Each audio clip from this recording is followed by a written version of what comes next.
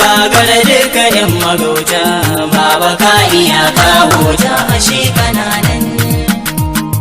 Baba bashir duniyar taimaka, Allah sa lahirar haka kaga wanki ma ba har ka zarce wannan. Mata ga kiɗa da waken za da yi mahugan nan, baba bashir shi yana nan.